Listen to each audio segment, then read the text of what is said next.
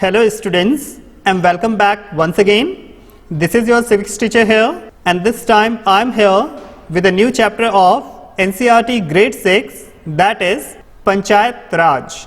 Students, do you know that what happens after people elect their representatives, or how are decisions made? Well students, basically in this chapter we are going to learn and discuss about all these questions, and we are going to find out the answer of these questions. And students, not only this, in this chapter we are also going to discuss about Gram Sabha, which is a meeting place where people directly participate and seek answers from their elected representatives. So let's start.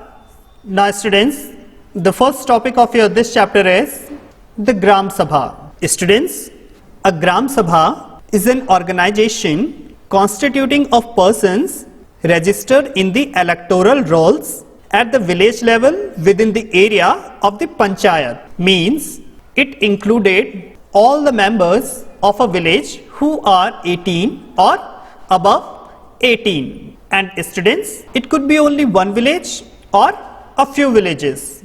Whereas in some states of India, the village meeting is held for each village separately.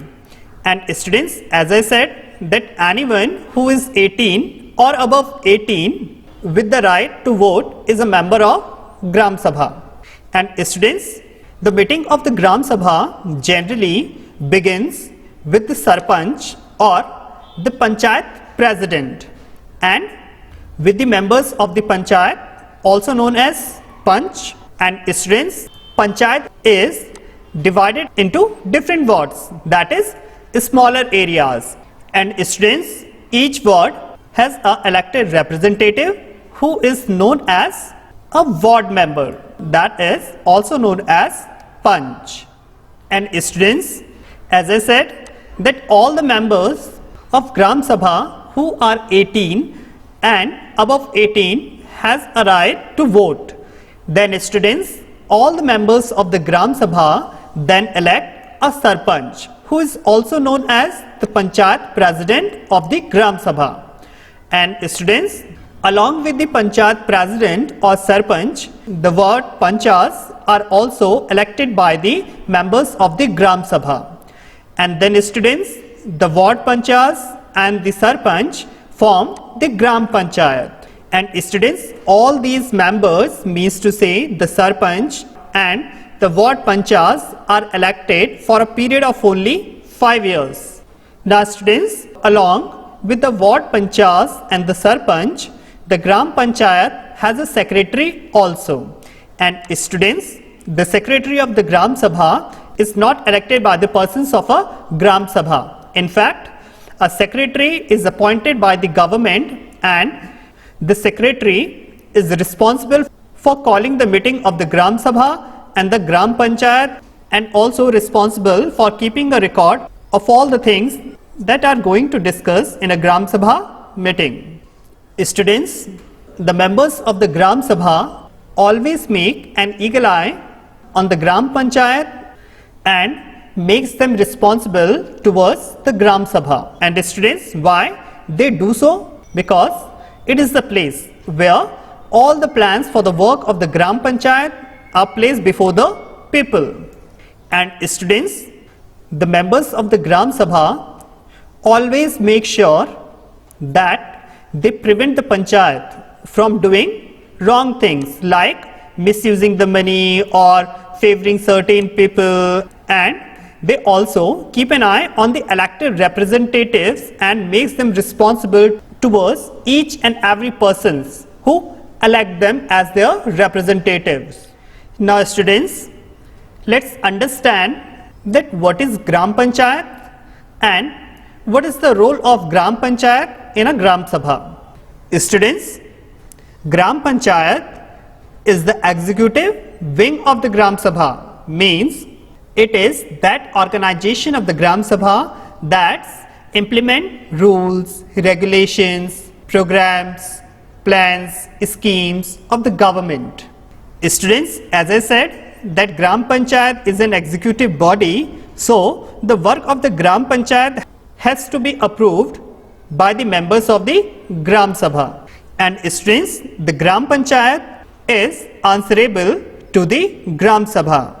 And students, the main function of the Gram Panchayat is the construction and maintenance of water sources, roads, drainage, school buildings and other common property resources. And students, along with this, the other function of the Gram Panchayat is to execute government schemes related to generating employment in the village.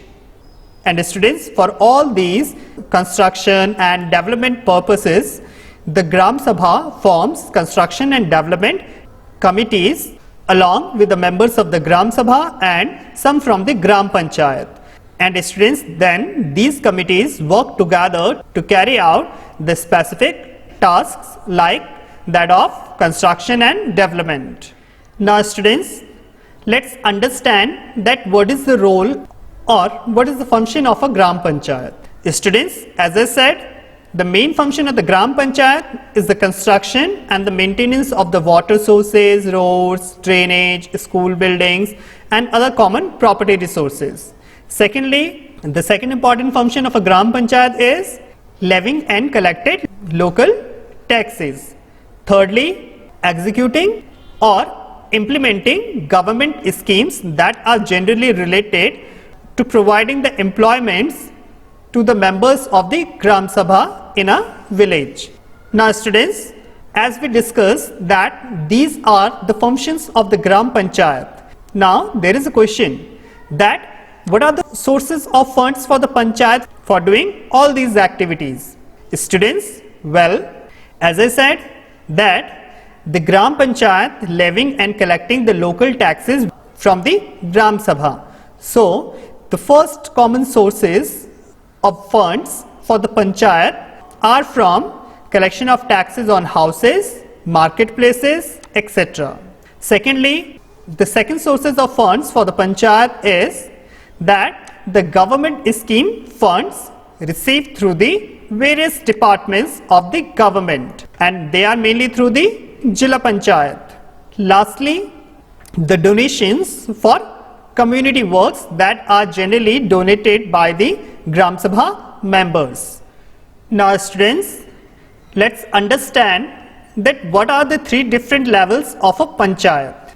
Students, as we discussed earlier that the Panchayati Raj system is a process through which people participate in their own government by casting their important votes.